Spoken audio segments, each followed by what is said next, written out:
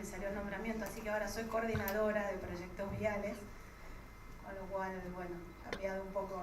Igual la función siempre resultó siendo la misma. Lo voy a sacar un poquito de la contabilidad tradicional o de las normas contables tradicionales. Les voy a presentar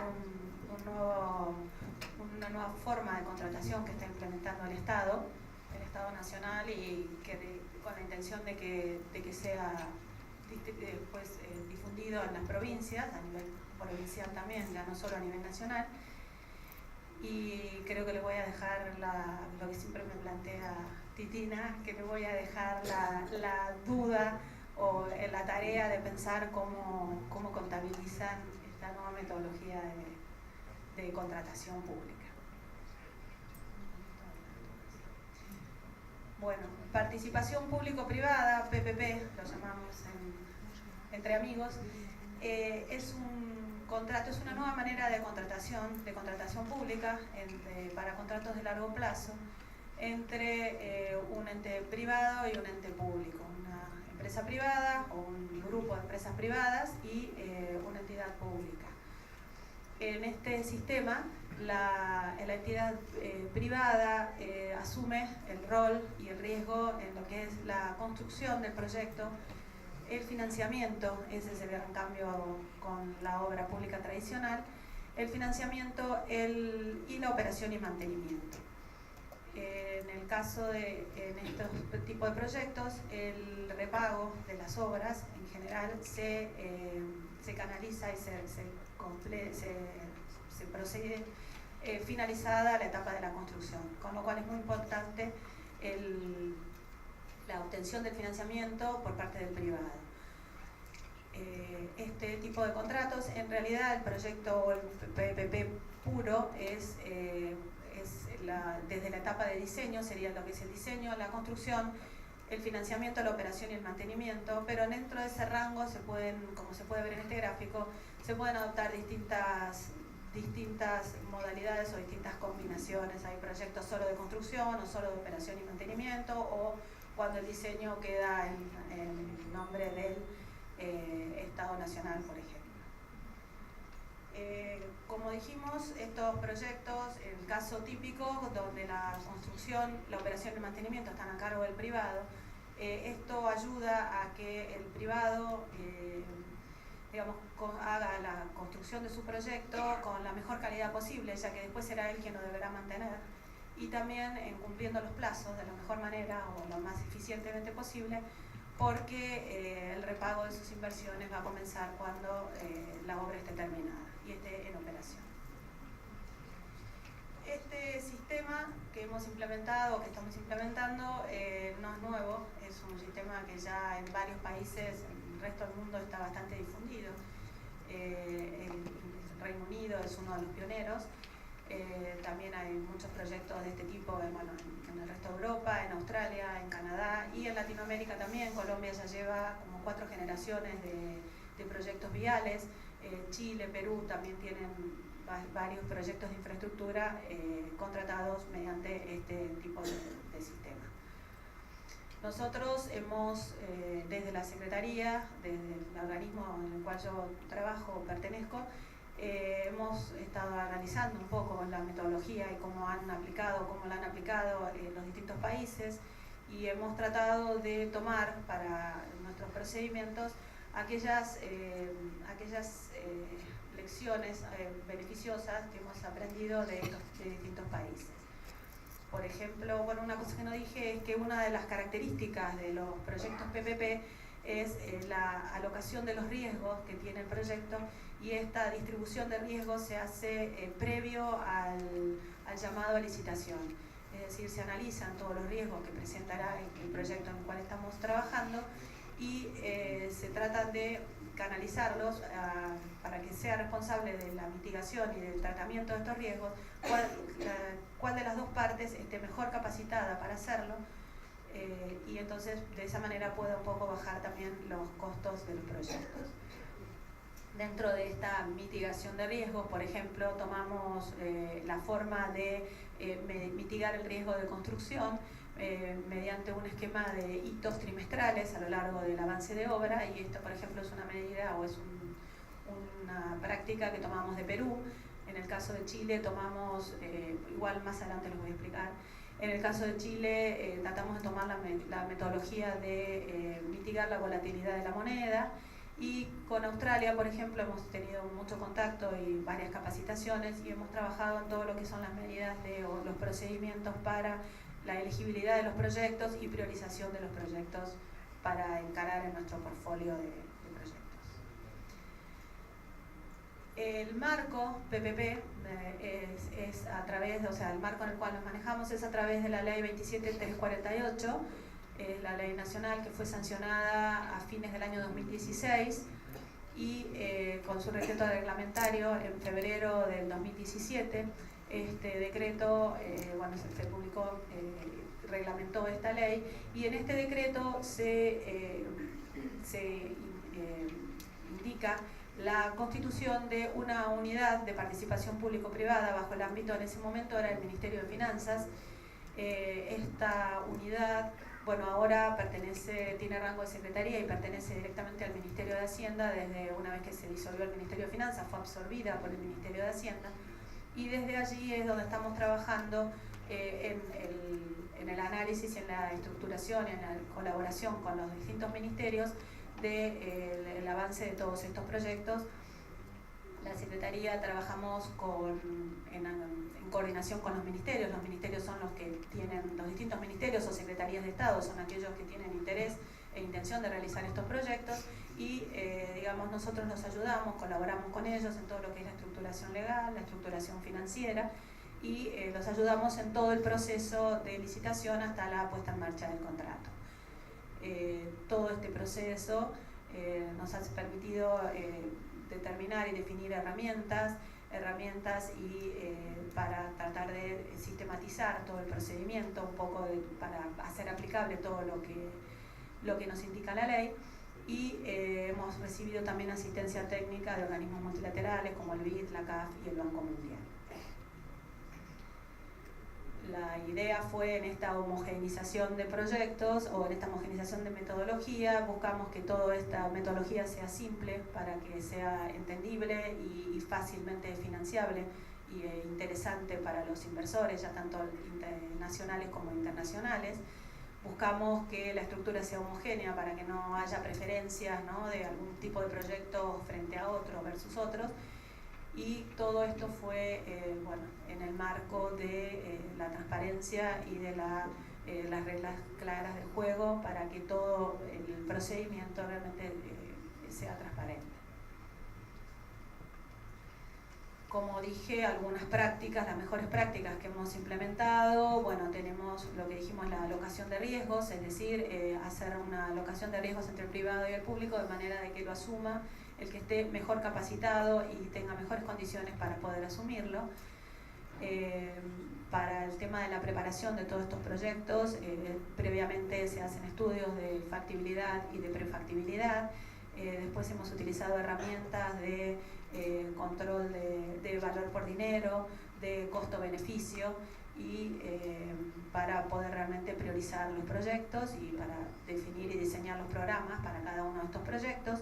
Además, también hay herramientas, o es necesario hacer estudios, por lo menos preliminares, estudios de impacto ambiental o estudios ambientales preliminares.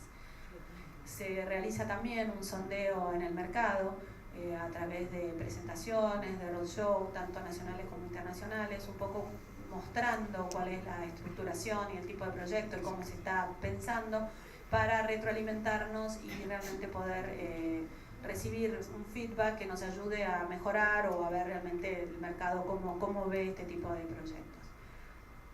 Y como dije, una de las consignas que tenemos es que todo el proceso sea de manera transparente, así que también hemos trabajado en medidas de publicar todo esto y de hacer todo tipo de prácticas, de buenas prácticas para que los procesos sean transparentes.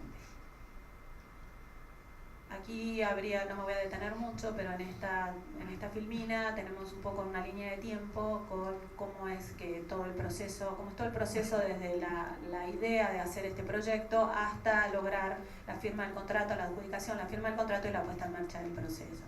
Comenzamos con la identificación del proyecto y eso genera la confección de una cantidad de informes, lo que llamamos el informe preliminar, que va, digamos, después controlado y de alguna manera aprobado tanto por el Ministerio de Medio Ambiente y por la ONSP dentro del Ministerio de Hacienda, como para que avanzar y empezar con todos los pasos del proyecto. Luego tenemos informes de la autoridad convocante.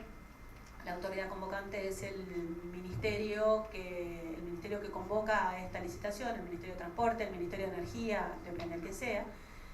Y bueno, a partir de ahí comienza todo el proceso. Tenemos todo un proceso de publicación de prepliegos y de precontrato, que es lo que llamamos el procedimiento transparente de consulta. Y eso está publicado y es libre y accesible a todo el mundo que esté interesado en conocer los términos de esta licitación. Pueden hacer sugerencias, pueden hacer consultas y esto después nos sirve para terminar de redactar y de publicar los pliegos y los contratos definitivos para lo que es todo el proceso licitatorio. En la Secretaría trabajamos no por procesos, sino por proyectos. Entonces estamos divididos en 4 grandes áreas: energía y minería, transporte, comunicaciones y tecnología, agua, saneamiento y vivienda, salud, justicia y educación. Dentro de estas 4 áreas tenemos distintos proyectos que están agrupados en función del área.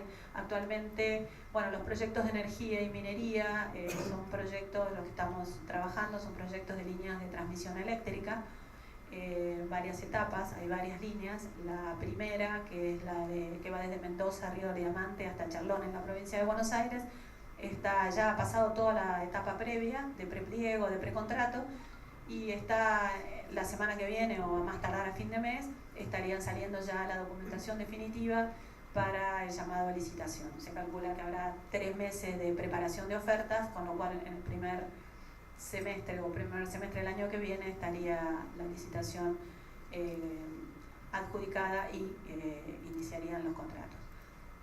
En el caso de transporte, la red, hay un proyecto de red vial, RARS, lo llamamos Red de Autopistas y Rutas Seguras, que también está dividido en 3 etapas.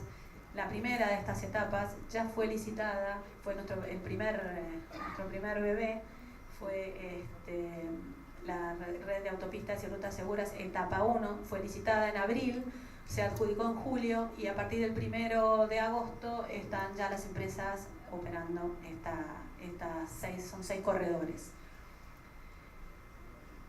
Tenemos también, hay otro proyecto que también está bastante avanzado para licitar el año que viene, que es el tren norpatagónico, es el tren de carga, el ferrocarril de carga, que iría desde Bahía Blanca hasta Añelo para transportar la arena necesaria para el fracking de la exploración de petróleo en Vaca Muerta. También hay otros proyectos de ferrocarriles de pasajeros y de otros más de carga. Otro proyecto bastante avanzado es una represa multipropósito en Mendoza, Portezuelo del Viento. También se está trabajando mucho en ese proyecto. Es una represa, la construcción de una represa, una línea de alta tensión y la relocalización de una población pequeña y de unos tramos de ruta nacional y provincial que quedarían, digamos, bajo el agua en el momento de inundación de la presa. Hay también tenemos proyectos de viviendas, de riego y algunas cárceles.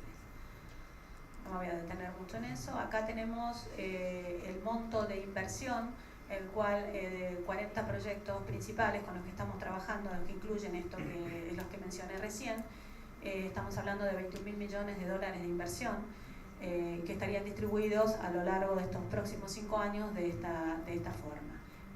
La mayoría, como verán, son de transporte y de energía, pero también hay proyectos de las otras áreas. La planilla de presupuesto, dentro del presupuesto del 2019 que se presentó, que se aprobó estos días, dentro de...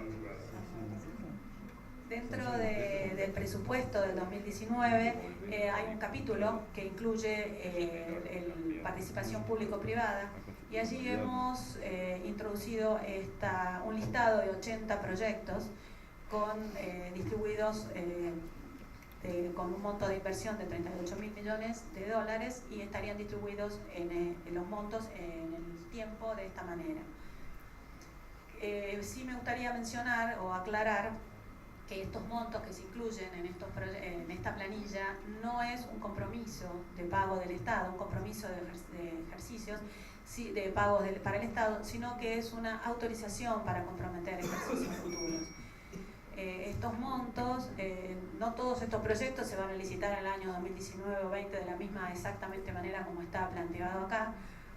Lo que se pide o lo que se manifiesta en el presupuesto es la autorización para poder licitar este tipo y adjudicar estos proyectos, y además no todos los proyectos requieren, vamos a ver más adelante, no todos los proyectos requieren repago del Estado. Hay algunos proyectos que se repagan directamente por cargos a los usuarios.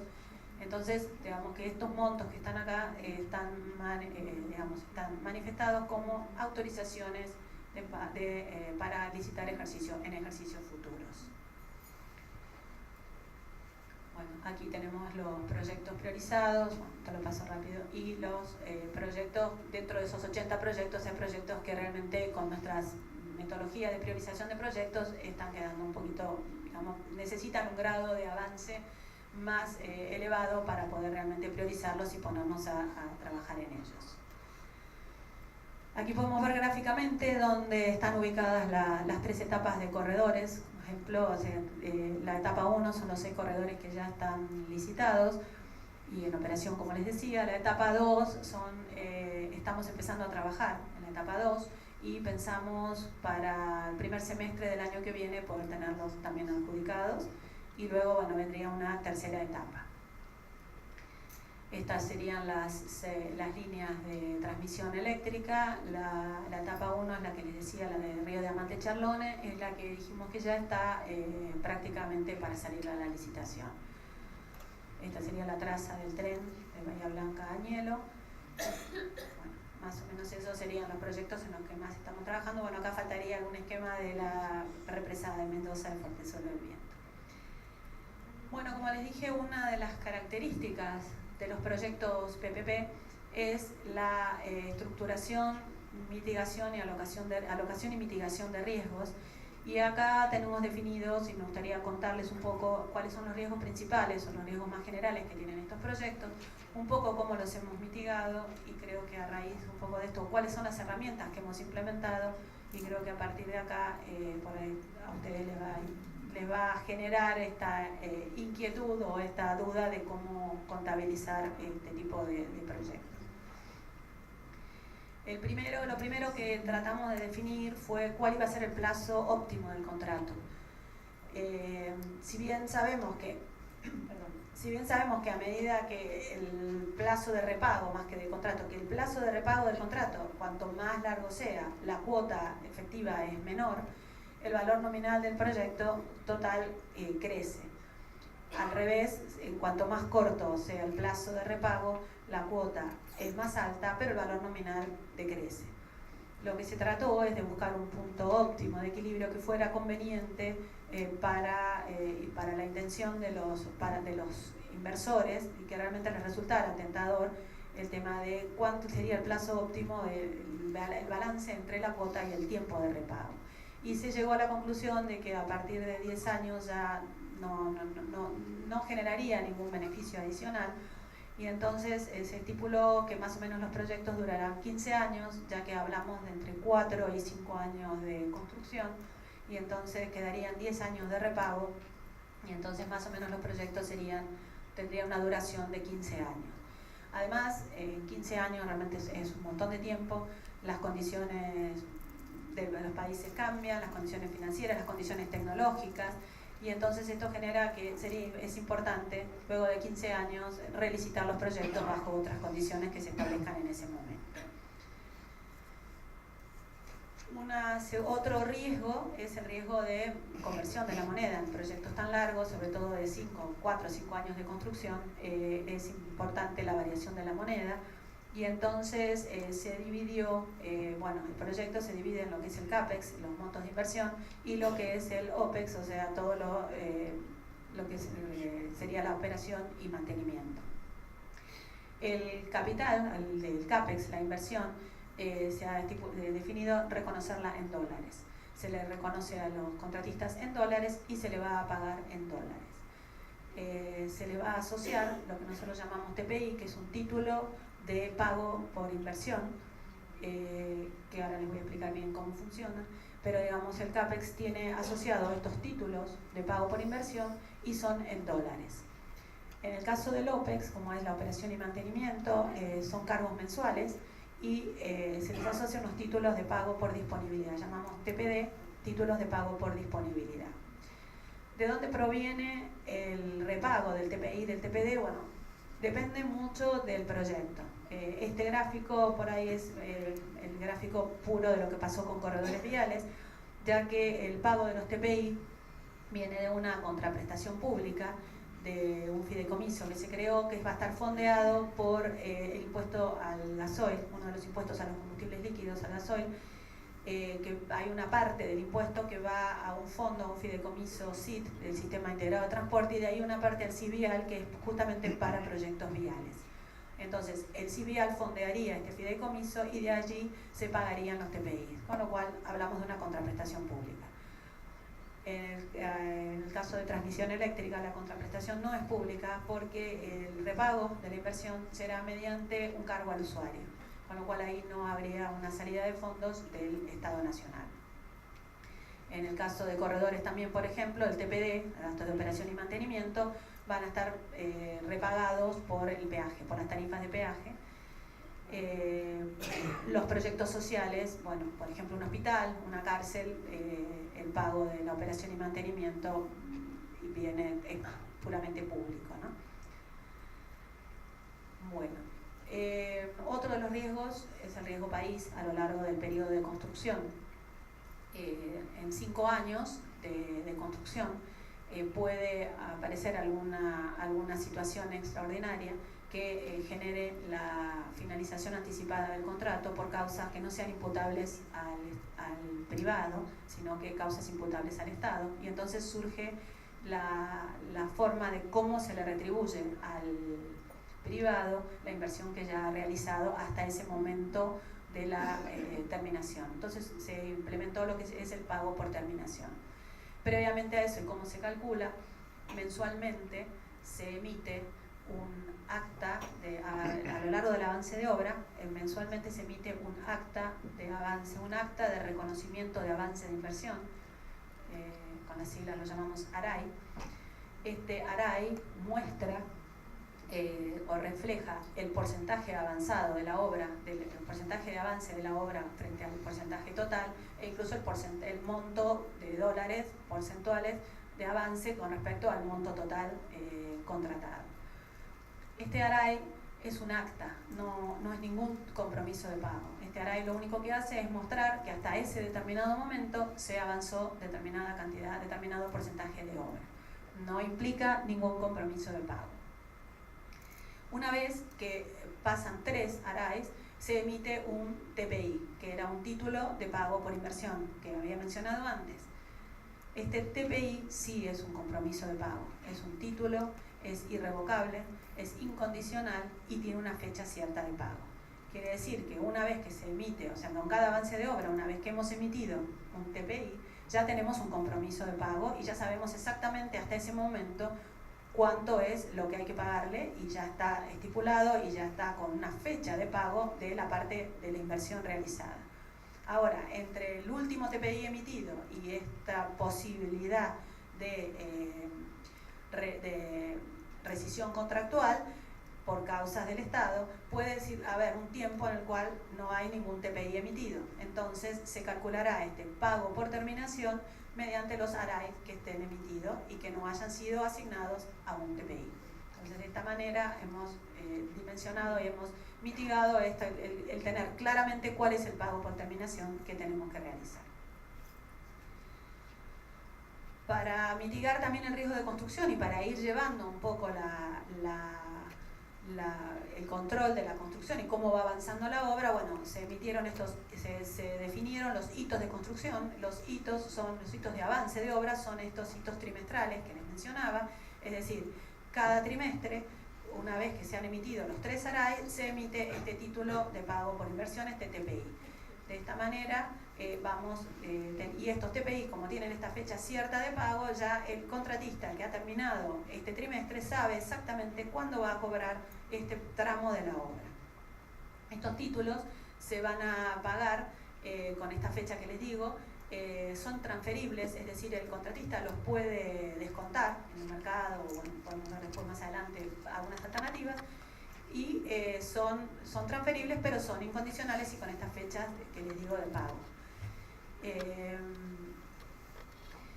En la medida que el contratista avanza más rápido con la obra, el monto de los TPIs es más alto y su repago empieza antes, con lo cual también es un incentivo para que ellos apuren, digamos, o avancen con las obras. Aquí tenemos el tema de la demanda. Claro, cada proyecto depende si el repago está ligado, está relacionado con la demanda, con el uso del proyecto o no. Entonces, en función de eso también es a quién se le destina o a quién se le asigna el riesgo de demanda. Por ejemplo, en el caso de los corredores viales, estos corredores de esta etapa 1 que se licitó y que está en operación ahora, llevaban más de 20 años de concesión, con lo cual había datos de cómo fue evolucionando el tráfico a lo largo de estos 20 años y se puede hacer una estimación bastante certera de cómo va a evolucionar o cómo va a seguir evolucionando en el futuro.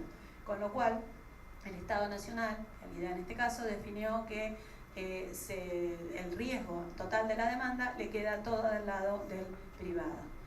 Hay otros proyectos que es independiente del uso, proyectos sociales, por ejemplo, o mismo la represa. Entonces, el usuario demanda, el usuario lo utilice o no lo utilice, realmente no modifica la cantidad del monto para el repago. Entonces, en esos, por ahí, el riesgo de demanda no se le transfiere al usuario. Otro de los riesgos que tenemos es el del fondeo del fideicomiso, el fondeo de pago. Como les decía, el PPP puro es aquel en el cual, una vez que se acaba la obra entra en operación, es decir, se termina la construcción y comienza la operación de este proyecto. A partir de ahí se comenzaría a pagar estos TPI. Los TPIs en general se ha definido que, como dijimos, que se repagaban en 10 años en cuotas semestrales, con lo cual cada TPI se va a pagar en 20 cuotas a lo largo de 10 años, con una fecha, creo que es en mayo y en noviembre. Están estipuladas en el contrato, por ejemplo, en el caso de corredores. Entonces, lo puro sería, lo más ideal sería que durante 4 o 5 años tenemos la obra y a partir del año sexto se empiezan a pagar cada uno de los TPI. Podemos ver ahí por los colores, digamos que lo más claro, lo de abajo serían los TPI de las obras realizadas en el año 1, tenemos luego los del año 2, el año 3, y quedaría un perfil de repago bastante constante como es este. Pero también podemos bajar el valor del monto total del TPI que piden los contratistas o los oferentes en la medida que logremos empezar a repagarlo antes, ¿no? Y en el caso, por ejemplo, de que tengamos fondos para poder repagar antes, por ejemplo, el caso del CIVIAL, el CIVIAL es algo que ya se está recaudando, con lo cual hemos definido que a partir del año 2020 ya podremos empezar a pagar algunos TPIs. Entonces se ha definido un perfil así escalonado en el cual a partir del año 3 estaremos repagando, el Estado estará repagando los TPIs emitidos durante el año 1 y el año 2 del contrato. A partir del año 4 las obras realizadas en el año 3 y así sucesivamente. Como siempre estamos hablando de 10 años, entonces el perfil sería de esta manera y ahí hemos logrado una optimización y un ahorro en el monto total a repagar de estos TPIs. Otro de los riesgos que puede ocurrir a lo largo en el periodo de construcción es el riesgo de una variación real de la moneda. Dijimos que los TPI se reconocen y se pagan en dólares, y en 5 años puede haber una gran variedad, una variación, una apreciación o una depreciación del peso, y eso estaría generando una variación en la cantidad de dólares que necesita el contratista para poder asumir sus costos en pesos. Puede ser que le sobren dólares en el caso que haya una depreciación real de la moneda, o que le falten dólares en el caso que haya una apreciación. Entonces se estableció, se redactó un convenio de cobertura recíproca. Este convenio, los contratistas accedieron los que querían y los que no, y entonces lo que se definió es que en el caso que haya una depreciación y que le sobren dólares, digamos, para comprar los mismos insumos que necesita para su obra, devolvería al fideicomiso este excedente de dólares. Y en el caso al revés, de hubiera una apreciación de la moneda, entonces el Estado, y él necesitara más dólares para afrontar sus gastos, el Estado, desde el fideicomiso, el fideicomiso le pagaría o le daría estos dólares que necesita. Sí se estableció una banda entre menos 10% y más 10% de variación de la moneda, en la cual no se activa este convenio. Es decir, si superamos el 10% o bajamos del menos 10%, allí se activaría este convenio de cobertura. De los 6 contratistas, creo que son 3 los que accedieron a este mecanismo. Otro de los riesgos es la brecha de la deuda soberana. Una vez que se firma el contrato y que se entra en operación el proyecto, el contratista tiene en principio 6 meses para obtener el cierre financiero, es decir, para demostrar al ente contratante que ha obtenido el monto que necesita para financiar su inversión. Tiene 6 meses. Si no lo obtiene en 6 meses, hay una ampliación de plazo de 3 meses más y luego otros 3 meses. Es decir, en total es 1 año. Todo esto está, les voy a mostrar el esquema de garantías, pero digamos, ellos tienen que presentar una garantía que se les será devuelta en el momento del cierre financiero, ¿no? Ellos, en el momento, el contratista o el oferente, en el momento de hacer su oferta, estimó un costo de financiación que estaría compuesto por una prima del equipo, la tasa. Este costo de financiación en general está compuesto por el rendimiento de los bonos del Tesoro, la brecha soberana entre los bonos del Tesoro y los bonos nacionales, los bonos del Tesoro americano y los bonos del Tesoro argentino, y una prima por liquidez. En ese año, en esos 6 meses o en ese año en el cual, hasta que obtiene el cierre financiero y si llega a determinar exactamente cuál es su costo financiero, esa brecha puede aumentar o disminuir. Entonces, para evitar que este riesgo lo incluyan en la oferta y por ahí eleven demasiado el monto de la oferta, lo que se ha hecho es establecer unos rangos en los cuales puede ir variando esta brecha, y en función de eso se estableció un índice que va a permitir ajustar el monto del TPI que ellos ofrecieron desde el momento de la oferta hasta el cierre financiero. Se puede hacer que se ajusten más o menos también, ¿no? Como se puede ver en este gráfico que queda con una escalerita. Como les decía, el cierre financiero genera que esté a disposición todo el monto total que se necesita para afrontar el monto de inversión. Y entonces hay una inmovilización de todo este capital que queda, sometido a los requerimientos del contratista.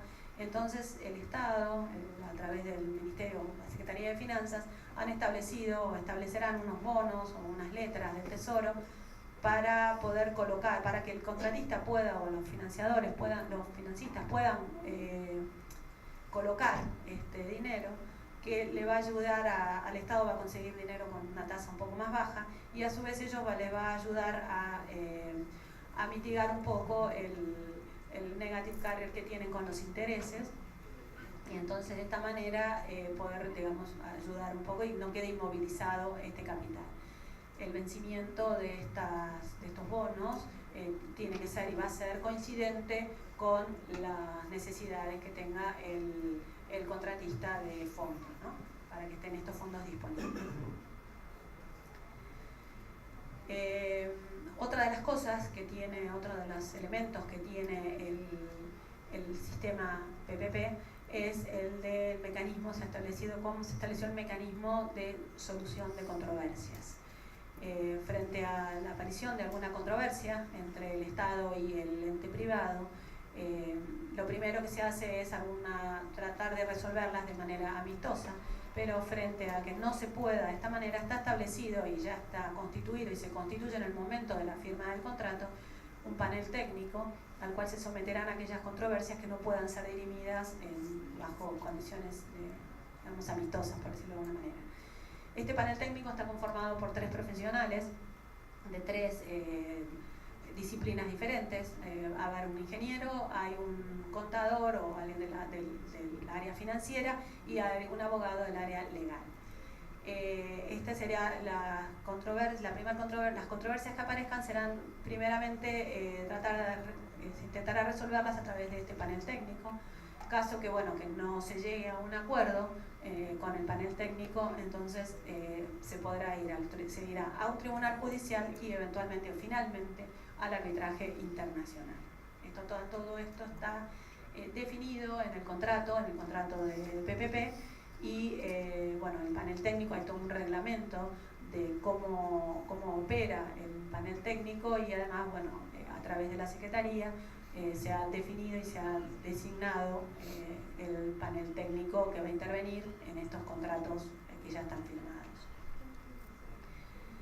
Como les decía, todo el proceso se intentó y se intenta permanentemente que sea bajo la transparencia, y entonces este proceso, toda la documentación ha estado y sigue estando publicada desde la documentación preliminar. Actualmente está publicada toda la documentación, todo el marco regulatorio, está todo publicado, es de libre acceso a cualquiera que entre en la página de la Secretaría, y en el caso de corredores a la página de la Dirección Nacional de Vialidad o de la Secretaría de Energía en el caso de los proyectos de energía.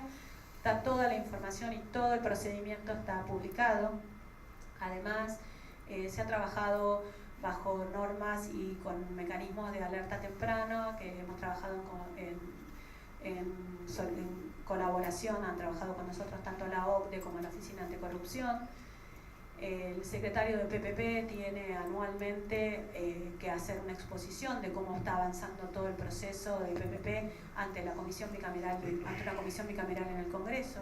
Además de que permanentemente estamos recibiendo consultas de diputados, de senadores y de la misma comisión bicameral sobre determinadas cosas de cómo va avanzando el proceso. La AGN también ha hecho consultas, y actualmente, por ejemplo, están auditando todo el proceso de los corredores viales de la etapa 1, y varias de como todas las licitaciones que hay en esta última gestión, son todas públicas, los pliegos son gratuitos y están publicados en las páginas web de los organismos. Este sería un esquema de cómo se fondea y cómo se repagan las obras. Como yo les decía, la ley de PPP habilita a la creación de un fideicomiso, y eso se ha hecho, se ha creado un fideicomiso, el fideicomiso PPP. Este fideicomiso se fondea, dependerá del tipo de proyecto, si es por alguna fuente especial, por aportes del Estado o por recursos específicos asignados, y fondea las cuentas en las cuales después se van a repagar los TPIs. Fondea las cuentas de pagos de TPIs y de TPDs, en el caso que haya, y además tiene que mantener constante una cuenta de reserva. que tiene que mantenerse constantemente fondeada, y esta cuenta de reserva tiene que contener el compromiso necesario para el pago de los próximos 12 meses, es decir, de los siguientes 2 TPI del año, de los TPI del año siguiente. Y además, en el caso de los TPD, tiene que tener 2 TPD, o sea, son los 2 meses siguientes. Cada año, cada vez que cada ministerio, el ministerio convocante, realiza su presupuesto, analiza su presupuesto anual del año siguiente, cada mes de septiembre más o menos, lo que hace es tiene que estimar si va a estar fondeada la cuenta de reserva para el año siguiente. Caso que estimen que no va a haber suficiente, que no va a estar fondeada suficientemente para cumplir con los compromisos del año siguiente, entonces deberá incluir en su presupuesto lo que nosotros denominamos un aporte contingente.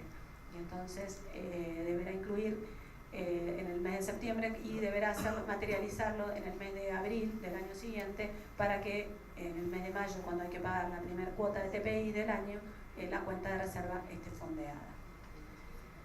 Del fideicomiso, este fideicomiso PPP, el administrador de este fideicomiso es el vice, el fiduciario de este fideicomiso es el vice, el Banco de Inversión y Comercio Exterior, y el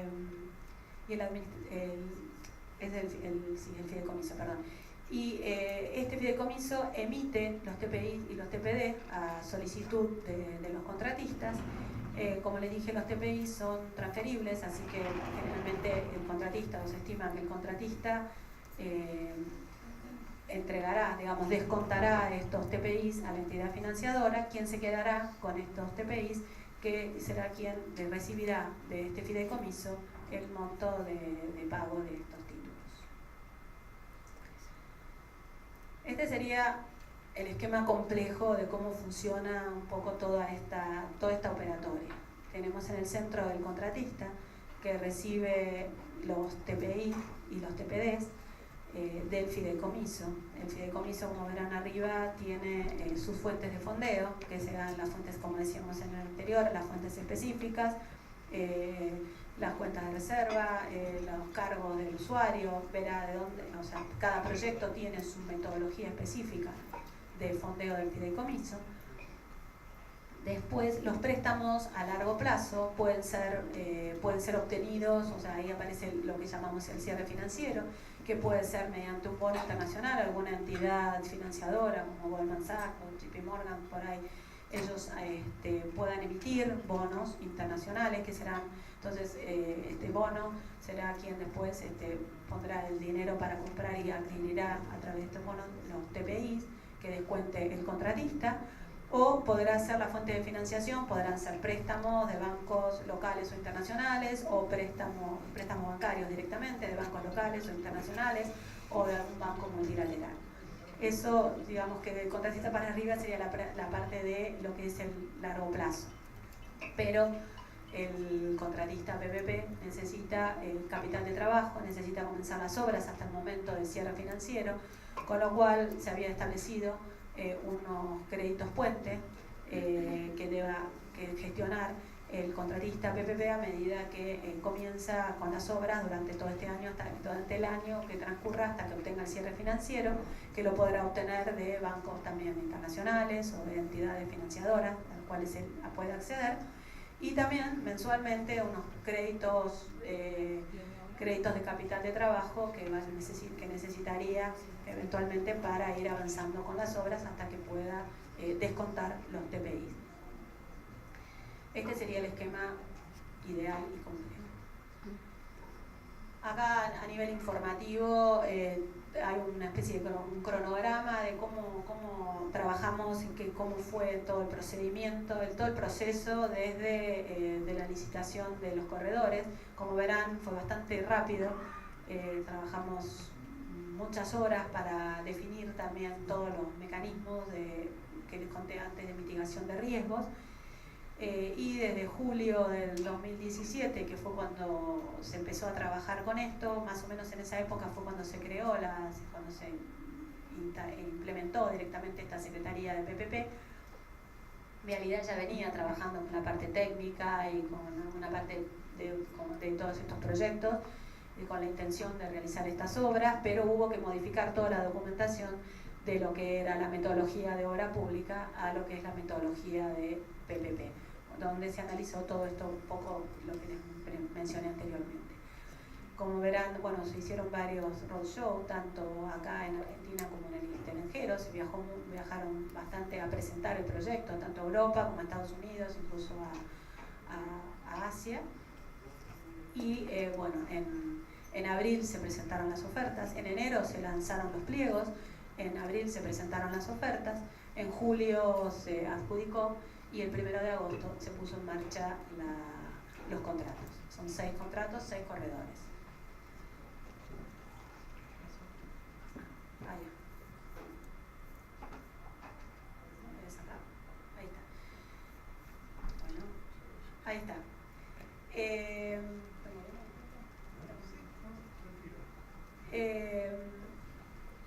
Este es un gráfico que muestra un poco el esquema de garantías que se implementaron para todo este proceso. Este esquema de garantías tiene, bueno, una garantía de mantenimiento de oferta que se pidió que fuera de 15 millones de dólares.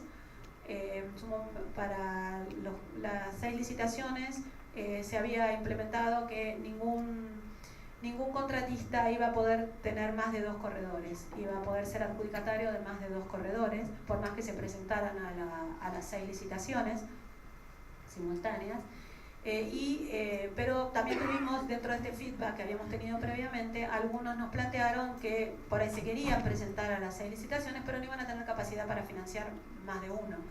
Y entonces se presentaban a varios para ver qué alternativa resultaban adjudicatarios. Entonces, en función un poco de eso también, y siendo que no iban a poder tener más de 2 corredores adjudicados, se implementó que por más que se presentaran las 6 licitaciones, la cantidad máxima de garantías que presentaban, de garantías de mantenimiento de oferta, iban a ser 2, y que además ellos iban a tener la posibilidad de una nota donde decían que iban a querer, o sea, que estaban dispuestos a aceptar 2 corredores o solamente 1, por más que se presentaran a más de 1. Una vez que se firmó el contrato, bueno, como todas las obras públicas, se devolvieron esta garantía de oferta y los contratistas, o sea, aquellos adjudicatarios, debían presentar 3 tipos de garantías. La más larga, que está abajo, es un 3% del monto total del contrato, que es concepto de garantía de mantenimiento, para operación y mantenimiento. La garantía para todos los servicios, lo que llamamos servicios principales, que son los servicios durante la operación y mantenimiento. Esa garantía es constante a lo largo de los 15 años de contrato. Luego aparece una segunda garantía, que es la garantía de obras principales o la garantía de inversión, que en realidad en el momento es del 3%, pero como durante el primer año tienen ellos que presentar la garantía garantía hasta el cierre financiero, que es esa escalerita que está adelante, que tienen un 2%, luego un 2% los primeros 6 meses, luego un 2,5% y finalmente un 3% en los siguientes 9, hasta llegar al mes 12, al momento del cierre financiero. Entonces, la garantía de servicios principales, el primer tramo, el primer año, es del 0,5% del monto. Entonces, este sería el esquema de garantías. Las garantías de obras principales, como digamos, los contratos viales, tienen un montón de obras que empiezan, incluso obras con distintos tramos que comienzan y terminan. En realidad, si bien ahí la garantía está dibujada, digamos, de obras de servicios, está dibujada de manera constante, a medida que se van acabando las obras y que pasa el periodo de recepción, entre la recepción provisoria y la recepción definitiva, cuando se obtienen las distintas obras en la recepción definitiva, entonces, bueno, se pueden ir devolviendo montos de garantía, se puede ir disminuyendo el monto de la garantía. Ahora bien, esto es un esquema nuevo, digamos que, como les decía, el 1 de agosto tomaron posesión los contratistas y el 2 de agosto aparecieron los cuadernos. Y sí, bueno, exactamente. Ellos el 1 de agosto presentaron todas esas garantías que habíamos hablado anteriormente, ya tenían sus compromisos de obtención de financiamiento, empezaron a trabajar en lo que era el cierre financiero, tenían ya apalabrado todo lo que era el financiamiento de capital de trabajo, ¿no? Lo que habíamos hablado anteriormente, y el 2 de agosto aparecieron los cuadernos y todo lo que pasó después. Los 6 corredores están integrados por varias empresas, algunas empresas nacionales y algunos tienen algunas empresas internacionales, pero prácticamente en todos los corredores hay 1 o 2 empresas que aparecieron en la lista de los cuadernos. Entonces, los bancos internacionales cerraron la canilla y dijeron que no había financiación, hasta tanto no se resolviera la situación, no había financiación o sea, no querían tener relación con empresas, financiar a consorcios que tenían empresas que de alguna manera estaban cuestionadas por todo este esquema de corrupción.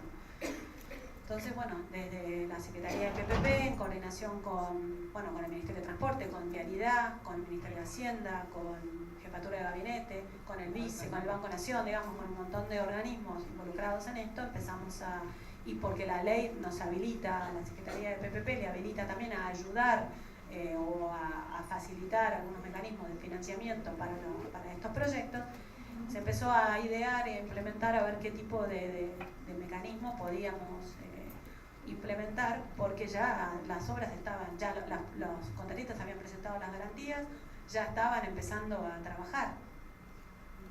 Entonces se ideó, se está trabajando, en los próximos días se van a firmar todos los convenios, crear un nuevo fideicomiso, un fideicomiso que capte estos fondos que prestarán las entidades internacionales para el concepto de corto plazo, de capital de trabajo para los contratistas, y que a través de este fideicomiso se les transfiera este dinero a aquellos consorcios que acceden o que necesitan o que han manifestado su interés de necesitar este financiamiento. Entonces se está trabajando en esto, todo esto bajo un marco de programas de integridad, o sea, se le está exigiendo a los contratistas que tienen que tener un programa de integridad bajo determinadas pautas, tienen que firmar unas declaraciones juradas de integridad. Estos programas de integridad tienen que tener 2 etapas, una etapa de operación, digamos, de integridad, pero también tienen que tener estipulado cómo van a hacer la remediación en caso de que salte algún evento de integridad durante la vigencia de estos préstamos. Y estos programas también hemos hecho, hay todo un programa de integridad desde Vialidad y desde todo este fideicomiso. El vice es el administrador de este fideicomiso y también tiene que tener un supervisor de integridad que va a supervisar los programas y la operatoria de los consorcios estos que accedan a este tipo de préstamos. Este marco de integridad fue aprobado por el BID hace 10 días, creo, y en estos días, si no es esta semana, calculo que por ahí la que viene, se está firmando este fideicomiso. Ya los bancos han manifestado quiénes son y los montos que están interesados en prestar a este fideicomiso y relacionado con también los montos que los consorcios han solicitado que necesitan. Firmaríamos la semana que viene, se firmaría el fideicomiso con el convenio de fideicomiso, las cartas de intención, digamos, o las intenciones de los bancos que ya las han manifestado, y entonces se transferiría estos montos a los consorcios que lo requieran. Este sería un poco el esquema y la situación actual. Aquí hay un resumen un poco de aquellos del marco jurídico que nos permite, no voy a entrar en este detalle, pero digamos, este sería un poco el resumen del marco jurídico que ha permitido al Estado, a la Secretaría de PPP y a los organismos intervinientes en poder realmente intervenir en este momento con este fideicomiso anterior y poder realmente hacerlo efectivo. El objetivo de esto es que las obras comiencen en tiempo, que ellos tienen que comenzar durante el segundo trimestre de la firma del contrato, se han tomado el primer trimestre para presentar los proyectos ejecutivos, ya que la licitación fue con anteproyectos, y presentar los proyectos ejecutivos, aprobar estos proyectos y empezar las obras. Y que además tengan, digamos, la certeza de que, bueno, de que pueden comenzar las obras, que van a tener este financiamiento de corto plazo y que van a poder bueno, seguir con sus tratativas para obtener el cierre financiero. Este fideicomiso, este capital, este monto, estos préstamos es más o menos por un monto de $1.000 millones, y bueno, faltan otros 5.000 y pico, 6.000, que serán lo que se necesita, que ellos deberán gestionar mediante el cierre financiero. Muchas gracias. Esto es un poco un panorama general de esta modalidad. Gracias.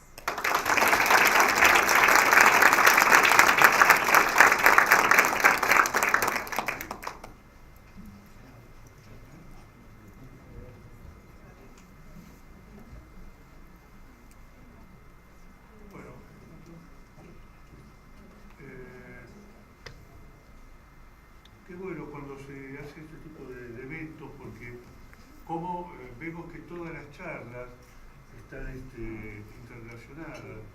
Ayer, cuando habló el presidente de la Federación, que habló de los riesgos, y hoy hace un ratito cuando habló Juan, cuando habló de los compartimentos estancos que hay en el Estado, y ustedes me están pidiendo cómo vamos a registrar. Y la respuesta es, solo sé que no sé nada. Claro, porque todo este proceso, la contaduría fue pasada por alto. Hay muchas variedades. Es decir, acá mostró un mecanismo que va a ser el CISBIAL, que va a haber el ingreso a un fondo fiduciario, que medianamente es como se está manejando hoy también muchos de los subsidios que se están entregando, fondos específicos que entra un fideicomiso, con eso se represtan a las provincias o se pagan los subsidios a los automotores. Pero cuando uno empezó a leer este tema, y para eso hace un par de meses trajimos a un consultor peruano de la Contaduría General de la Nación, muchos contadores generales tuvieron la amabilidad de venir a la contaduría para poder escuchar, inclusive gente de la subsecretaría. Lo que se nos mostró es que hay un panorama muy grande, es decir, las PPP, participación pública-privada, APP, como lo llaman en América, o las CPP, como lo llaman en español, colaboración público-privada, pero en definitiva, este negocio entre el Estado y el particular no tiene una característica que puede ser, digamos, uniforme, y decir, bueno, este es el negocio de la PPP se va a registrar de esta manera. Por lo tanto, hay que analizar cada contrato en particular, y especialmente porque lo que va a definir no solamente los pasivos que se generen, las previsiones presupuestarias que se generen, también dónde van a estar ubicados los activos. Si los activos van a continuar como parte del Estado procedente o van a ser transferidos, si el riesgo de construcción o el riesgo de disponibilidad queda asumido totalmente por el particular, el bien se transfiere, si no queda en poder del Estado. Lo que sí que tiene que quedar en claro es que siempre en el estado contable que emita el Estado Nacional tiene que quedar bien aclarado la indisponibilidad que pueden llegar a tener determinados bienes. Por eso, con el tema de los bienes de uso, el reflejo contable, a veces también tenemos la discusión con el tema de la evaluación de estos bienes, cómo se evalúan, y realmente ese es un tema bastante complejo en este esquema de las APP o PPP. ¿Por qué? Porque el Estado, si ha tenido una falencia a través del tiempo, es en el registro de los bienes físicos. Es decir, nuestra contabilidad fue muy contabilidad, digamos, reflejo del sector privado, donde lo que tenemos registrado son los bienes físicos. Ahora me pregunto, ¿nosotros vamos a entregar bienes, bienes públicos de dominio privado o vamos a entregar bienes públicos de dominio público. ¿Quién tiene registrados los bienes del dominio público? Público de dominio público. La Contraloría de Generación no, y creo que ninguna. Con lo cual, vamos a entregar bienes o se van a hacer mejoras sobre bienes que no están. Entonces, estamos yendo a la segunda parte cuando todavía no resolvimos la primera, el reflejo contable de los bienes que tiene el Estado. Esta característica que dan, que está considerado, puede ser PPP, adquisición de servicios de forma habitual, las garantías, los contratos de construcción y entrega de bienes llave en mano, las concesiones, los arrendamientos y distintas formas de PPP, deben ser analizados uno a uno para poder determinar el tipo de registración contable. Pero, ¿por dónde pasa el problema de la registración contable? Mientras que todas estas transacciones que bien mencionó Mariana sean, podemos decir, movimientos de físicos, es decir, hay un bien que se entrega, una construcción, o bien yo entrego un documento como estos TPI o los TDP, hay un movimiento de un bien físico, bárbaro, todo eso tiene que estar reflejado en el presupuesto, porque en definitiva todos los TPI pasan a ser deuda pública. Los que se van a amortizar dentro del año, eso puede ser una deuda flotante que puede mantener el Estado Nacional. Pero ¿dónde está el mayor problema que tiene la contabilidad? Lo mencionó Mariana. Esto no es un negocio a un año, es un negocio a larguísimo plazo que quizás ninguno de los contadores que estamos acá van a hacerse cargo de la responsabilidad de exponerlo en sus pasivos. Es decir, tenemos dos tipos de pasivos. Los pasivos firmes, la entrega del TPI, digamos, otro tipo de instrumento financiero que, como bien dijo, estos TPI son negociables, con lo cual puede el constructor ir y venderlos en el mercado. El problema son los pasivos contingentes, porque lo que más va a interesar no es el corto plazo de la contabilidad, sino el largo plazo. Entonces son pasivos contingentes. ¿Por qué? Porque hay riesgos que asume el Estado. Hay un riesgo de desvalorización monetaria, que eso entiendo, tiene que seguir, porque creo que acá no tenemos que complicarnos mucho. La contabilidad es simple, por más que muchas veces tratan de complicarla. Señor, está riesgo de desvalorización de moneda. Existe la previsión para desvalorización monetaria que tiene que reflejar el estado contable. Pero también el Estado puede asumir lo que se llama riesgo de demanda, es decir, que el constructor diga, bueno, pero ustedes me tienen que asegurar una cantidad de peajes mínimos. Y si no se cumplen esos peajes, el Estado, quizás el contrato, prevé que se tiene que hacer cargo. Entonces, tenemos que tener muy en claro esos pasivos contingentes que tienen que estar reflejados en la contabilidad, porque bien mencionó Mariana, el artículo 16 de la 27328 dice que, dado que los proyectos por lo general no se completan en un ejercicio presupuestario, es necesario que se tengan en cuenta las disposiciones del artículo 15 de la 24156. ¿Qué dice el artículo 15? Lo que dice no solamente para las PPP, los dice para todo. Todo compromiso de fondos futuros deben estar aprobados por el presupuesto. El presupuesto tiene la ejecución de un año, pero ya el Congreso tiene que autorizar los compromisos que afectan al ejercicio futuro porque ya está condicionando recursos que se van a generar en próximos presupuestos.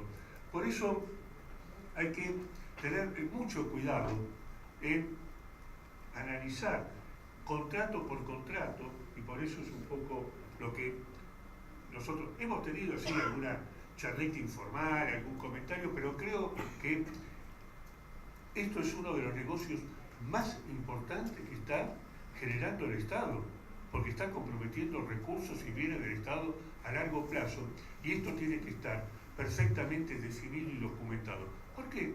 Por lo que planteó Juan, por un lado el control interno.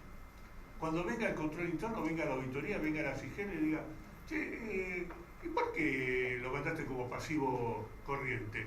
No, porque hablé con uno de la contaduría y me dijo que no, es decir, todo esto, y yo por eso estoy ahora pidiendo el ingreso de una abogada a la contaduría.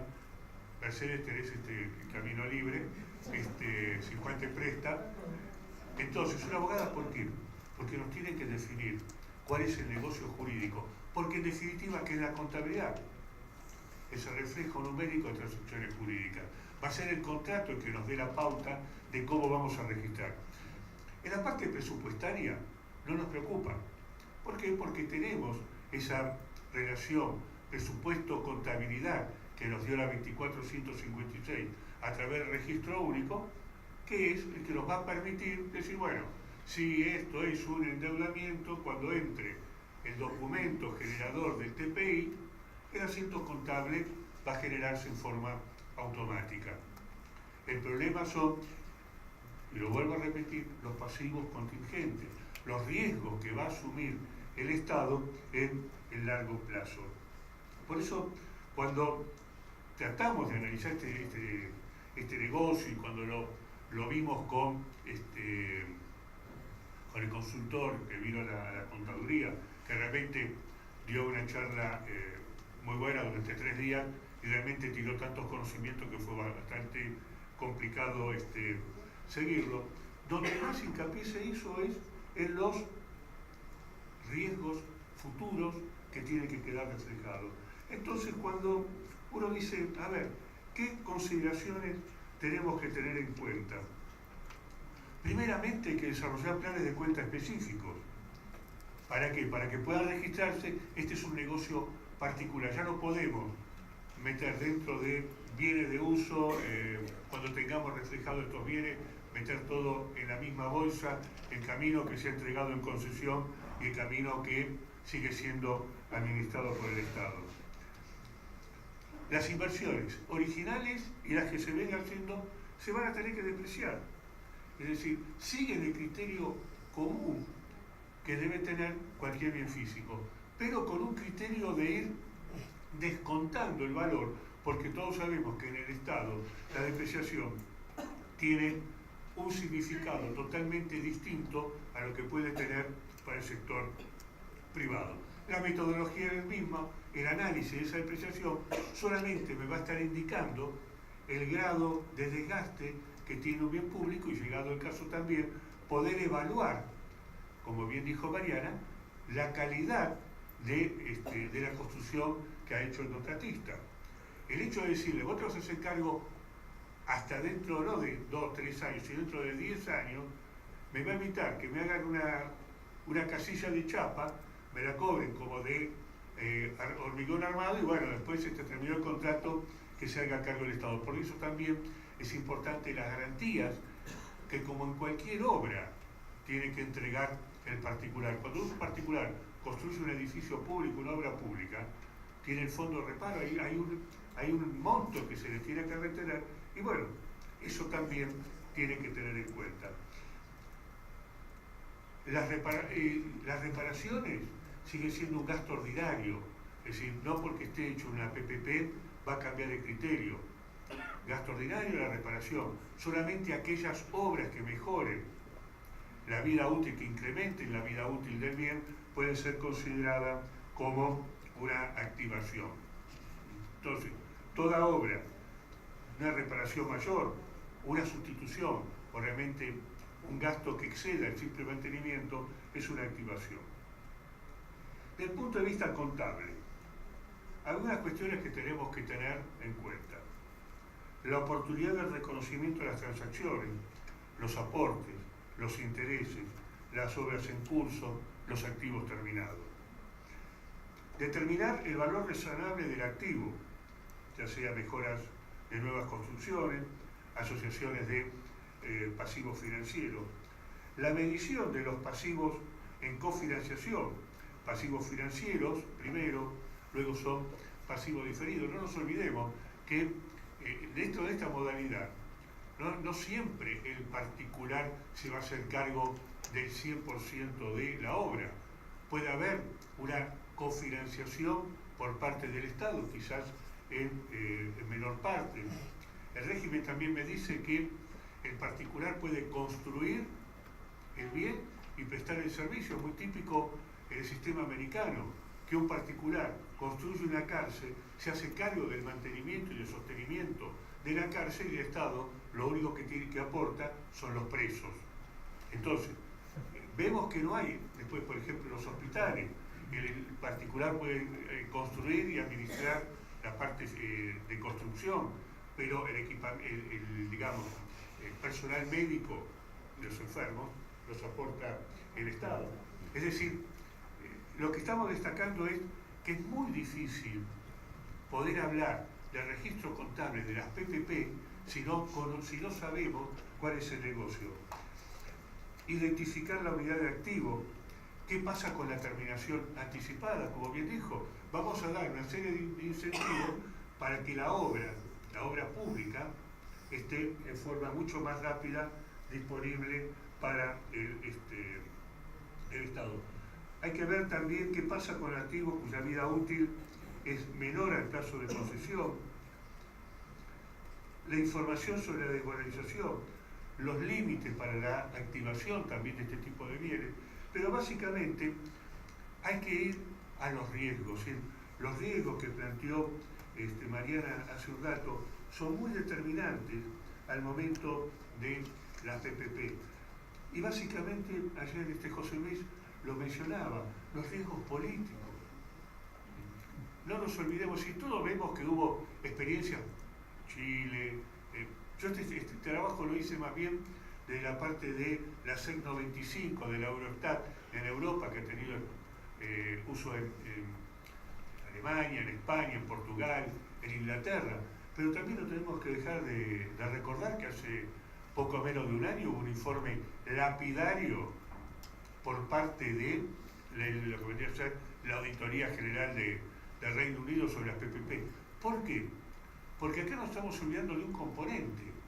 Una cosa es prestarle al Estado, y ahora no sé con este esquema que se armó, porque antes el fideicomiso recibía los fondos, bueno, ahora como que tuvimos que hacer una suerte de intermediación de ese fideicomiso para que le presten al país, y la verdad como que se quema con leche y cuando ve una vaca llora.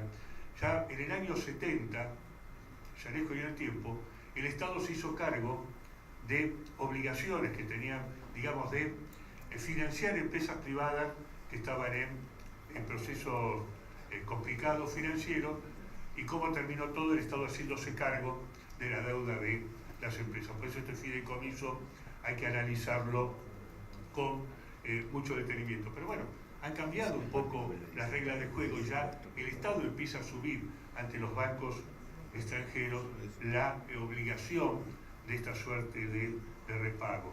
Entonces, los riesgos políticos. Y sí, pero el riesgo político lleva a otro riesgo, que es el riesgo de la tasa de interés.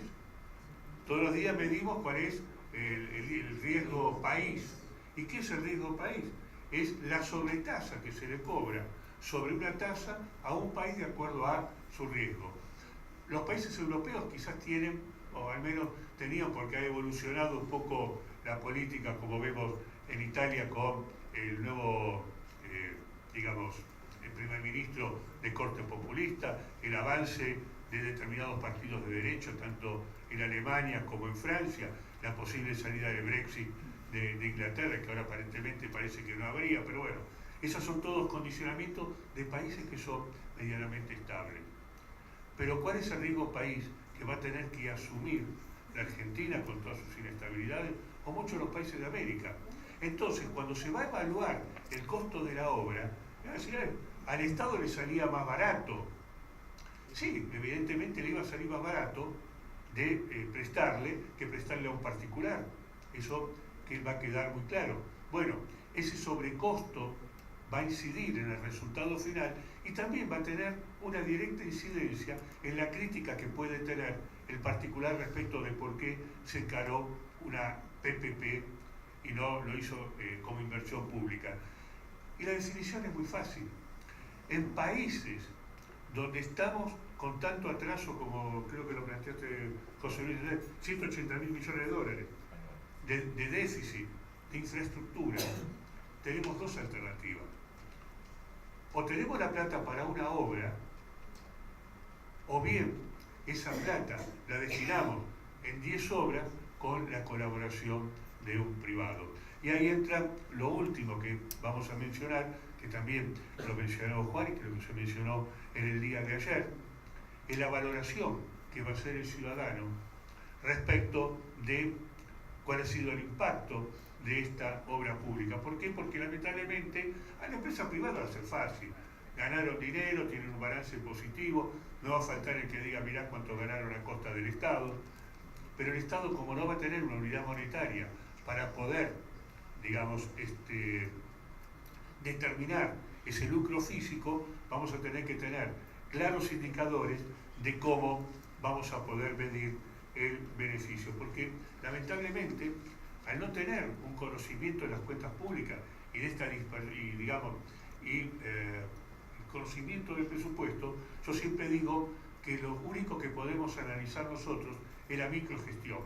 Lo que hizo el intendente en mi barrio, si me tapó un bache, me puso un semáforo, pero no tener la cuenta pública, no conocer todo el resto de la gestión, me voy a perder la macrogestión. Es decir, yendo un poquito al extremo, es decir, no nos va a permitir analizar la gestión de las cuentas públicas en función del bien común. Así que bueno, va a haber dos tipos de gastos: los gastos de operación y mantenimiento, que lo va a tener que soportar la empresa hasta tanto entregue el bien, y los gastos de construcción, que como les dije, una parte puede ser soportada por la empresa o bien cofinanciada. En la medida en que el riesgo de construcción o el riesgo de demanda esté en cabeza de la empresa privada, va a quedar el bien en cabeza del ente público. Si solamente soporta el riesgo de construcción o el socio privado solamente soporta el riesgo de construcción y ningún otro tipo de riesgo, eso va a quedar en cabeza del Estado como una obra pública. Bueno, a mí, Juan, a mí me reta mi mujer, a vos Mercedita, viste cómo te...